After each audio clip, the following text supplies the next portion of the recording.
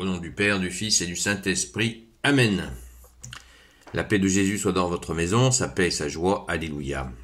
Nous sommes le 23 juillet, on est toujours dans cette fête de Sainte Marie-Madeleine, qui est le 22 juillet, mais on reste dans cette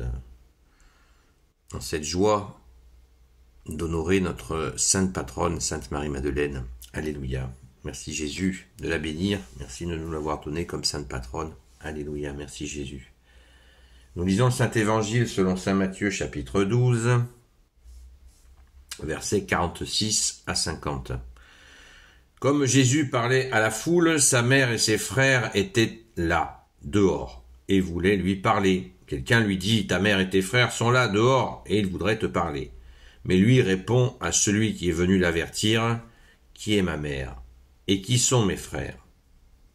De la main, il montre ses disciples et dit, voilà ma mère et mes frères, quiconque fait la volonté de mon Père des cieux est pour moi un frère, une sœur ou une mère. Merci Jésus pour ta parole. Alléluia. Alors, il nous est dit dans l'exégèse, puisque là ça soulève le refrain, il y a des personnes, particulièrement certains évangéliques qui nous et certains protestants qui nous bassinent en disant que la Vierge Marie n'était pas vierge puisque Jésus appelle ses frères et ses sœurs. Donc voilà.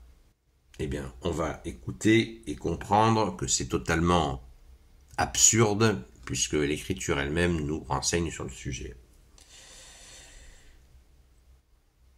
S'il y avait eu de vrais frères de Jésus, fils de Marie, l'Évangile aurait dit « sa mère et les fils de sa mère », car c'est ainsi que les Juifs s'exprimaient. Et oui, fils de sa mère, c'était l'expression juive de l'époque. L'Évangile ayant été rédigé par un juif, il allait s'exprimer comme un juif. Eh bien non, les frères et les sœurs, les frères de Jésus sont tout simplement ceux avec qui il vivait, et toute personne qui a étudié un peu les contextes de l'époque savait que c'était absolument courant. À Nazareth, tous les ans s'appelaient frères dans la tradition juive. C'était une manière courante d'appeler les gens. Et on connaît aussi le contexte particulier de la Galilée entière, qui était la région la plus pauvre d'Israël, parce que l'occupant romain, les légions romaines venaient, c'était une région agricole, et les Romains venaient régulièrement voler des récoltes et beaucoup d'autres choses. Les gens étaient très pauvres, donc qu'est-ce que font les gens très pauvres dans les campagnes particulièrement, mais aussi en ville, dans les villages? C'était tout simplement de s'entraider, et on sait que quand il y a plein de gosses, eh bien, les enfants vivent ensemble. C'est une espèce de communauté à ciel ouvert. Et du coup, les enfants s'appellent frères, évidemment, d'autant plus dans la foi juive de l'époque. C'est on ne peut plus logique.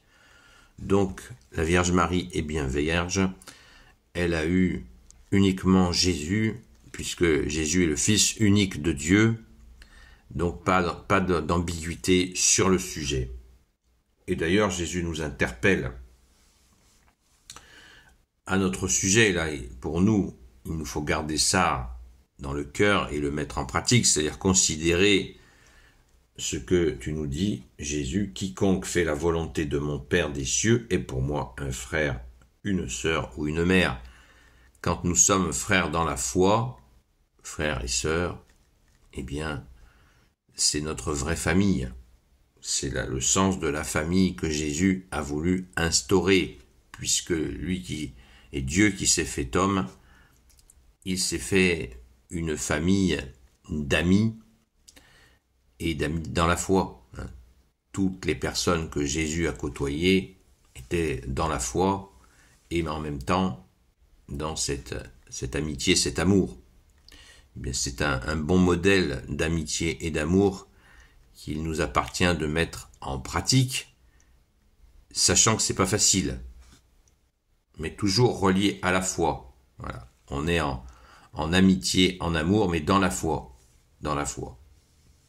Pas justement coincé dans les liens familiaux qui peuvent très bien se passer, mais on sait qu'ils peuvent aussi se passer d'une façon extrêmement difficile parfois. Et souvent par manque de foi. Parce que justement, quand il n'y a pas la foi dans la famille, eh bien il arrive assez souvent que c'est la baston. Et des fois, il y a la foi, et c'est une foi mal comprise, où il y a aussi des bastons.